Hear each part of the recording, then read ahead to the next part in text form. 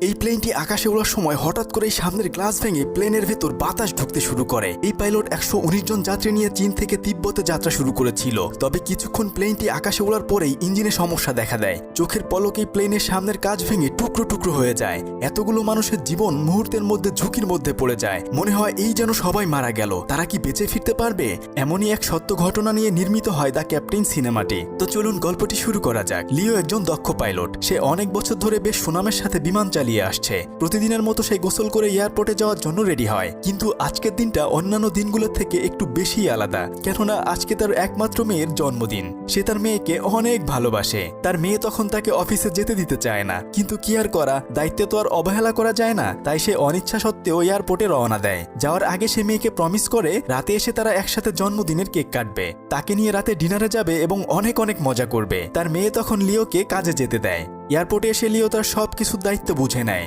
সেদিন লিও এর co pilot হিসেবে ছিল কাই নামের একটি ছেলে। কাই কয়েকদিন আগেই এখানে জয়েন করেছে। কাইও লিওর মতো অনেক বেশি কাজের প্রতি যত্নশীল। লিও এয়ারপোর্টে গিয়ে প্রথমেই কাইয়ের সাথে কথা বলে। এরপর সে তাদের থার্ড পাইলট ওয়াং এর সাথে কথা বলে জেনে নেয় সবকিছু ঠিকঠাক আছে কিনা। বিমানটি আকাশে ওড়ার আগে সবার সাথে একটা মিটিং হয়। সেখানে পাইলট, কেবিন ক্রু এবং অন্যান্য সহকর্মীরা উপস্থিত ছিল। তখন আবহাওয়ার কি অবস্থা রয়েছে এগুলো তারা জেনে নেয়। এয়ার ট্রাফিক কন্ট্রোলের সাথে সব কানেকশন ঠিকঠাক রয়েছে কিনা এসব কিছুও জেনে নেয়। এদিকে বিমানের কেবিন ক্রুরা বিমানের ভিতর অক্সিজেন, খাবার পানি এবং লাইট সবকিছু ঠিকঠাক আছে কিনা চেক করে নেয়।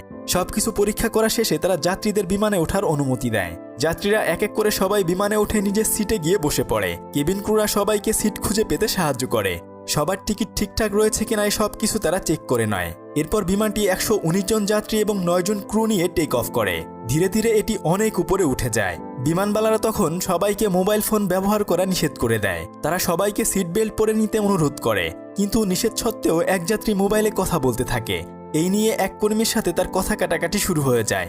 তখন তাদের মধ্যে থেকে একজন সিনিয়র কর্মী এগিয়ে এসে তাদের পরিস্থিতি স্বাভাবিক করে নেয়। প্লেনটি খুব ভালোভাবে যাত্রা শুরু করে।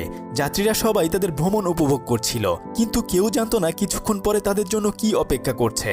উঠতে উঠতে হঠাৎ প্লেনটি দুলতে শুরু করে। যাত্রীরা তখন একটু ভয় পেয়ে যায়। লিও তখন চিন্তিত হয়ে যায়, কিন্তু সে তো জানে আবহাওয়া ভালোই রয়েছে, তাহলে এমন কেন হচ্ছে। তাই সে কন্ট্রোল রুমের সাথে যোগাযোগ করার চেষ্টা করে। কন্ট্রোল রুম থেকে জানায় হঠাৎ আবহাওয়া একটু খারাপ হয়ে গেছে। কন্ট্রোল রুম বিমানটিকে আরো উপরে নিয়ে যেতে বলে। তাদের কথা মতো লিও তখন বিমানটিকে কিছুটা উপরে নিয়ে যায়। উপরে গেলে বাতাসের চাপ কিছুটা কম হওয়ার কারণে পরিস্থিতি ধীরে ধীরে ঠিক হয়ে যায়। কেবিন ক্রুরা যাত্রীদের তখন খাবার দেয়। পরিস্থিতি স্বাভাবিক দেখে লিও কিছুটা নিশ্চিন্ত হয়। সে ককপিট বসে কাইয়ের সাথে কথাবার্তা বলতে থাকে। হঠাৎ করে তারা একটা বিকট আওয়াজ শোনে।